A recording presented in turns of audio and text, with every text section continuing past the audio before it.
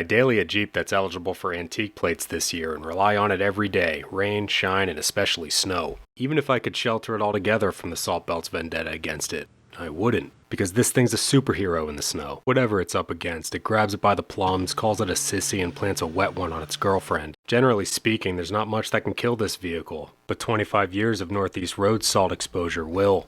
You can't expect your salt-covered vehicle to alert you of its corrosion in progress. It just kind of keeps to itself until the damage is already done, like a silently resentful spouse. The salt's eating this Jeep away as I speak. Where I'm from, they lay it down 3 months out of the year, and this video is dedicated to what you can do about it. If you're new to this channel, I post XJ how-tos and review things I use in, on, and around mine to make it last and make it better, along with some trail ride footage here and there. But this video is universal and covers crucial products in my rotation that I use to keep this classic in one piece without having to shelter it from the season it's designed to dominate. This one's called SaltsGone, and it's what I use when the salt man cometh.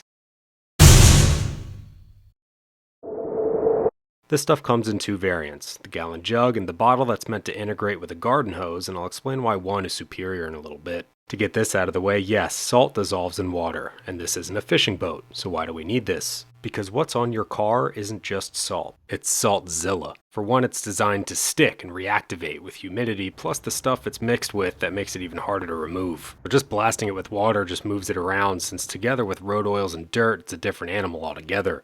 Hose water might displace the salt to an extent, but it doesn't eliminate it and might even make things worse, like pushing it deeper into nooks and crannies or even sealing it in place under a sheet of ice if it's cold enough.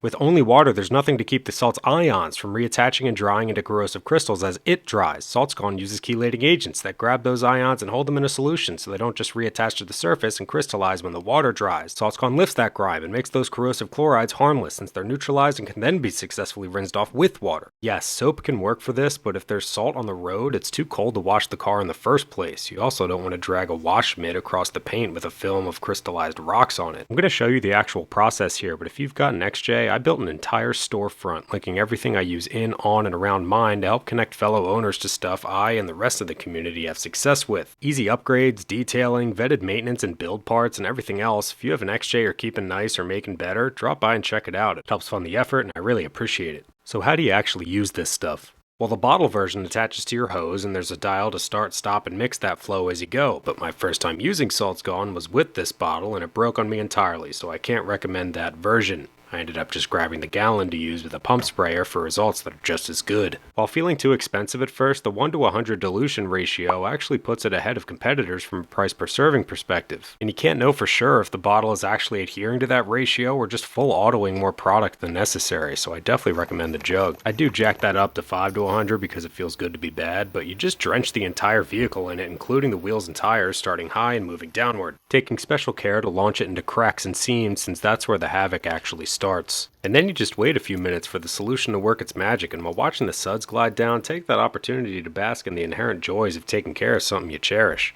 All that salt is now neutralized and ready to evict with a few passes with a hose. Even if you don't rinse this stuff off, it disables the salt from recrystallizing and reattacking the surface when it dries if you're in a pinch.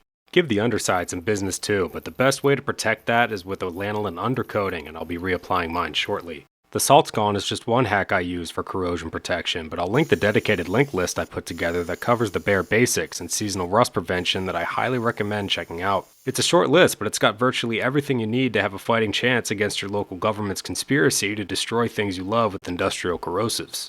Don't let the die-hard preservationist guilt you into keeping this legend inside, or really whatever you're here doing research right now to protect. I finally found the balance between using and preserving. It's the only car I've got, so that's hard sometimes, but if that's you too, you found the right channel. Now go make some memories out there.